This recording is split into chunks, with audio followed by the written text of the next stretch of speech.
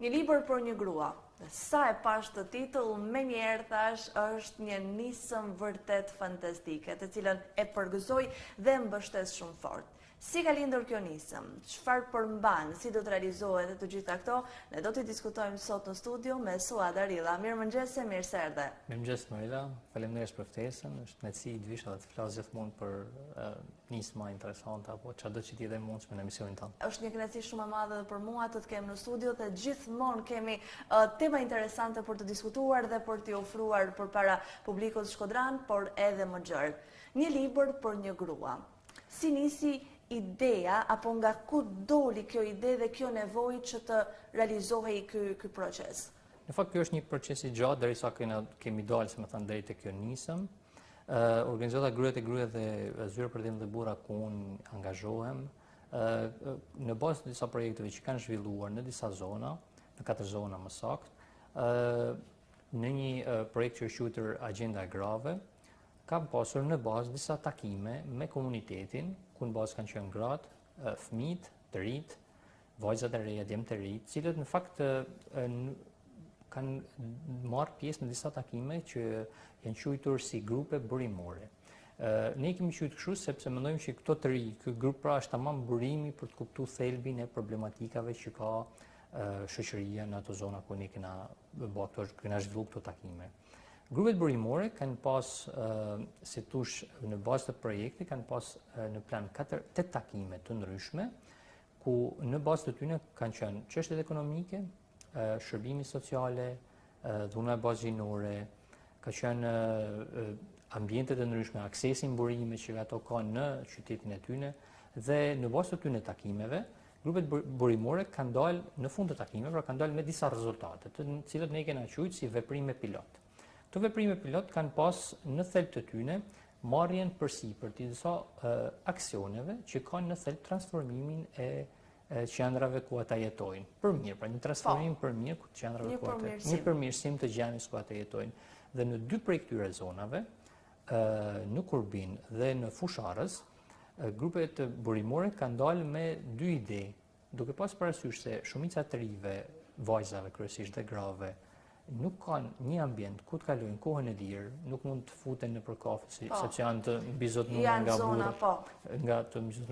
nga burrat e tjerë, duke mos pas një alternativë të re, kanë shpreh interesin e tyre për krijuar disa qendra sociale, ku në thelb të jenë zhvillime, takime, një vend ose një ambient pra ku të kalojnë edhe kohën e lirë, të angazhohen me fëmijët e tyre, të kenë mundësi të luajnë me to, po të kenë edhe akses ose hapësira të tilla që t'ju lajnë bashkëveprim mes tyre, jo vetëm gruaja me fëmijën e vet për shembull, po edhe me anëtarë të tjerë komunitete të tjerë. Dhe një ndër nevojat që ka dalë edhe prej disa grupeve brenda këtyre mini grupeve burimore, le të themi, ka qenë nevoja për një liberi. Sepse ato grupe ku ne kemi pas kontakt nuk kanë një liberi afër. Libreria qytetit si duket shumë larg, është shumë e vështirë për të aksesu, dhe duke mos pas mundësi tjera, ata kanë dashur të krijojnë një bibliotekë, sa është liberi. Një bibliotekë, një ambient i cili të jetë publik, të jetë i aksesueshëm, të jetë i hapur, dhe të kenë mundësi që patjetër ta kontrollojnë dikush, por të ketë mundësi që të marret një libër, të lahet një libër. Dhe kështu krijojnë ndoshta një klub librit, pse jo, të krijojnë fillesa për diskutime, për zhvillime të ndryshme për sa i përket librit. Në fakt është shumë e bukur që ka dalë nevoja, pra kanë dëshirë, kanë nevojën për të lexuar dhe për të pasur një qasje sa më të afërt me librin. E kjo është vërtet diçka e bukur, mendoj unë, për të theksuar. Është shumë thelbësore, është shumë e rëndësishme, sepse në thelb edhe vetë projekti ka në qendër pra komunitetin, që domethënë të kuptojmë nevojat nga vetë ato. Sepse është ndryshe nëse ne kemi një plan dhe shkojmë e zbatojmë për nevoja që mendojmë ne se janë për komunitetin, dhe është ndryshe kur ata vinë nevojat direkt nga baza, pra nga vetë komuniteti. Në këtë mënyrë, si më thënë, ne kemi pas mundësi të eksplorojmë nevojat ndryshme dhe ato që është e mundshme të realizohen, të gjitha këto nevojat, aksionit pilot, pra do i paraqiten nëpërmjet një kërkese, njësive administrative apo edhe bashkive të zonës përkatëse. A është vështirë realizimi i këtij projekti, pra një libër për një grua? është i vështirë në konceptin e sfidës që ndeshim, në konceptin e krijimit të ambientit, por le ta themi shoqër, si më thënë, në dy zona në Korbin dhe Fusharës, pra ku do krijohen shumë shpejt këto ambiente, i kanë dalë për zot bashkia, sepse kanë disa ambiente. Pra është mbështetje Është nga mbështetje institucionale, patjetër, ku ka siguruar infrastrukturën dhe organizata në këtë rast do bëjnë, si thosh, mirëmbajtjen, rregullimin e gjithë ambientit dhe një prej pjesëve të ambientit do krijohet biblioteka. Dhe prandaj, si thosh, vështirësia qëndron, si domethënë, derisa të finalizohet, sepse ka kosto, ka buxhete të tjera. Edhe për të krijuar, po, është një rrugë gjatë. Dhe edhe për këtë bibliotekën Biles, ne kemi një buxhet caktuar që është minimal, që është rreth 20-30 libra, duke pas parasysh që kosto e librit është shumë e lartë.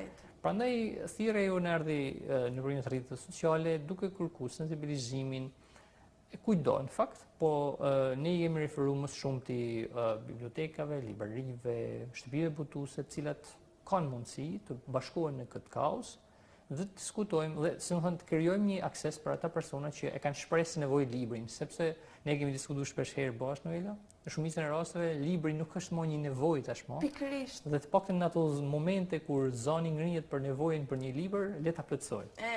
Pikërisht kjo ishte edhe më vjen keq ta them për një lloj çudie, që lindë nevoja për çastjen drejt një libri dhe vërtet le të bëhemi të gjithë bashkë, jo vetëm libraritë apo shtëpitë botuese, por secili nga ne mundet të dhurojë një libër. Pra, një libër asnjërit nuk i kushton aq shumë. Por nëse bëhemi të gjithë së bashku, bëhet një fond i mirë me libra, të cilët mund të aksesojnë gra, vajza, të cilat kanë dëshirën për lexuar, ku ka më bukur se të kesh dëshirën për të lexuar. Dhe duke pas parasysh që në fakt në Shkodër kemi akses më shumti si organizat, po edhe nëpërmjet medjave të tjerë, kjo nuk është një thirrje kufizuar, ne i ftojmë gjithë kudo që ndodhen, kudo që e sheh këtë emision, si thosh, ka mundësinë, le të ketë dëshirën dhe hapësinën e mundshme për të ofruar këto libra, mund t'i postojnë, mund t'i dërgojnë ose mund t'i sjellin dorëzit tek ambientet e organizatës Kryet e Gruaja. Pra aty mundet të aty do magazinohen për një herë dhe në momentin kur do jenë strukturat gati, sepse janë në punime sipër, sapo të krijohet pra struktura, ne do t'i çojmë gjithë librat atje për ta inauguruar strukturën dhe për të bërë një hapje sa më denjë. A ka edhe vende të tjera që është nevojshme një proces i tillë, një le ta themi një proces brainstorming, si thosh. Unë besoj që nevoja është shumë e madhe Noela dhe e them këtë duke pas parasysh që unë kam punuar në disa zona në qytetin Shkodrës, po edhe në qytete të tjera, por edhe aksesi i organizatës për të zhvilluar këto aktivitete në të gjitha këto zona është i pakët, sepse kjo është se tush në bazë projekteve në cilat ne punojmë dhe nëse punojmë për Shkodrën, atëherë do merremi me Shkodrën dhe jo me zona të tjera. Por ky rast ka qenë i tillë që ne kemi punuar me disa zona, ku ndërto po them edhe një herë ka qenë Fusharësi dhe Milot dhe zona e Rreshimit Milot.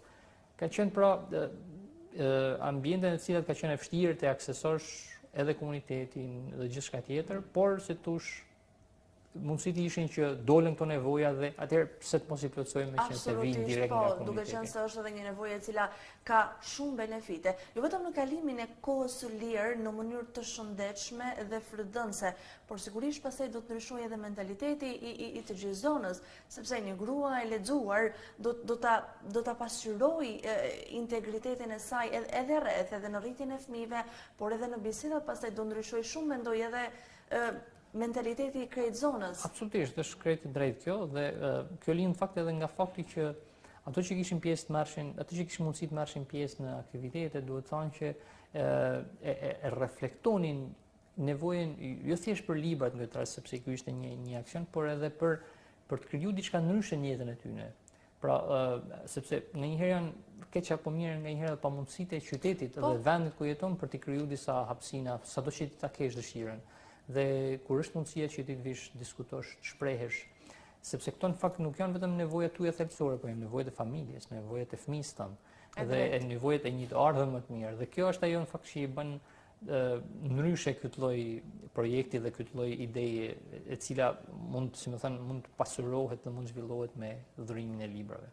Mund të duket pak klishe, por unë vërtet mendoj edhe besoj fort që e ardhmja më e mirë realizohet vetëm nëpërmjet librave. Absolutisht, për këtë ne jemi dakord dhe nuk ka si ndryshim, por sigurisht duhet ta pompojmë pak më shumë këtë ide në mënyrë që të masivizohet dhe ta kuptojnë që s'ka rëndësi sa lexon e rëndësishme që ti je në kontakt me librin dhe merr prej tij. Në fakt në një realitet që është bërë tashmë si një lloj mendësie ose si një lloj bindjeje që të rinjt nuk lexojnë apo masivisht njerëzit nuk lexojnë në Shqipëri, kjo duket si një lule që po lulëzon, pra një dëshirë për të lexuar, gratë dhe vajzat kanë një lloj nevoje për të lexuar, një lloj nevoje për të pasur një qasje drejt librit më të afërt, më të prekshme, dhe besoj është vërtet shumë e bukur. Ne nuk mund ta dim në fakt saktë se sa prej aty në pjesëmarrësve kanë thënë këtë me zot lart, si thoshi ne do në një bibliotekë, por e rëndësishme është si thosh dikush ta shpreh nevojën, sepse me të vërtet e dëshiron dhe ka nevojë që të ketë libra, që të ketë një shkëmbim me librat. Dhe kjo besojnë është si thosh një efekt zinxhir pastaj, një efekt domino i cili do kalojë edhe tek tjerë, domosdoshmë, sepse në një ambient ku ke libra dhe dikush lexon, pra dikush merr libra, absolutisht ka më afektuar edhe të tjerë. Po bëhet ngjitse, ka më afektuar edhe të tjerë. Kështu që le të shpresojmë që këto janë nisma që të marren për mirë dhe të kemi mundësi të ndryshojmë mentalitetin dhe zhvillimin e disa zonave të ndryshme. Absolutisht, po, sidomos tek brezi i ri, tek ato vajza, duke qenë se zona është e tillë, pra nuk ofron shumë, një bibliotekë, një ambient ku do të ketë mundësi për të lexuar, për të kaluar kohë me librin, do të ishte vërtet tepër e bukur edhe do të realizohet. Kur është faza përfundimtare e mbylljes së këtij projekti? Me sa diun në mars do finalizohet dhe deri atëherë pra po zhvillohen punimet, është mundësia për të dhuruar libra dhe gjithçka tjetër. Por në mars besoj nga mesi i marsit do ketë finalizim. Do të jetë finalizimi. Mezi presim, bëhemi gati për dhuruar librat, sepse kjo është detyra jon, tani nëse e përkrajmë kaq shumë këtë nisëm, atëherë duhet bërë diçka konkrete, jo vetëm që të flasim edhe themi sa bukur, sa bukur. E me këtë rast juftoj të gjithëve ju që të dhuroni libra. Një libër nuk ju kushton asgjë, secili nga ne mund ta dhurojë një libër ose më shumë nëse mundet, por të paktën një, edhe për të bërë pastaj një fond të qëndësishëm me libra që gratë dhe vajzat kenë mundësinë edhe të kalojnë kohë, është bukur. Duke si një shkëmbim pastaj me libra, dikush mund ta lexojë atë librin që ti ke dhuruar edhe kjo është një nisi e mirë, absolutisht, atij që dhuron pastaj. Ideja që mund t'i hap një dritare dikujt. Është një dritare e vogël libri i cilin mund t'i dhuron, si thosh, në mirëbesim dhe në një formë si thosh dashamirësie, por nuk e kupton efektin që mund bësh tek dikush tjetër. Është vërtet bukur, unë gjithmonë kam shumë kënaqësi kur jo vetëm sugjeroj, por edhe i jap librat e mi për të lexuar. Fatkeqësisht nuk kthehen asnjëherë. Jo. Është kjo. Bazimet nuk kthehen. Pse është kjo, domethënë, unë ta jap librin në mirëbesim, mirë e the për ta lexuar. Por është bukur që unë e përkthej që dikush e ka dashur fort atë libër, për këtë arsye e kam mbajtur. Unë ju komplimentoj secilin nga ju për punën e palodhshme që po bëni në këtë projekt konkret, por për punën e palodhshme që bëni në tërësi për ta përmirësuar jetesën në Shqipëri edhe për të krijuar këtë ardhmen më të mirë të cilën të gjithë e besojmë fort.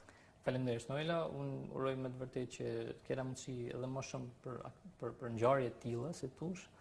Por, si tash më përpara, të gjitha këto janë të bazuara në planet që bëhen më herët, kështu që ky është një rast i mirë dhe le ta bëjmë publik dhe inshallah edhe njerëzit sensibilizohen. Patjetër, ju falenderoj. Ju falenderoj edhe mi që e keni përcjell një intervistë të tillë, urojmë ta kemi merituar privilegjen e kohës suaj.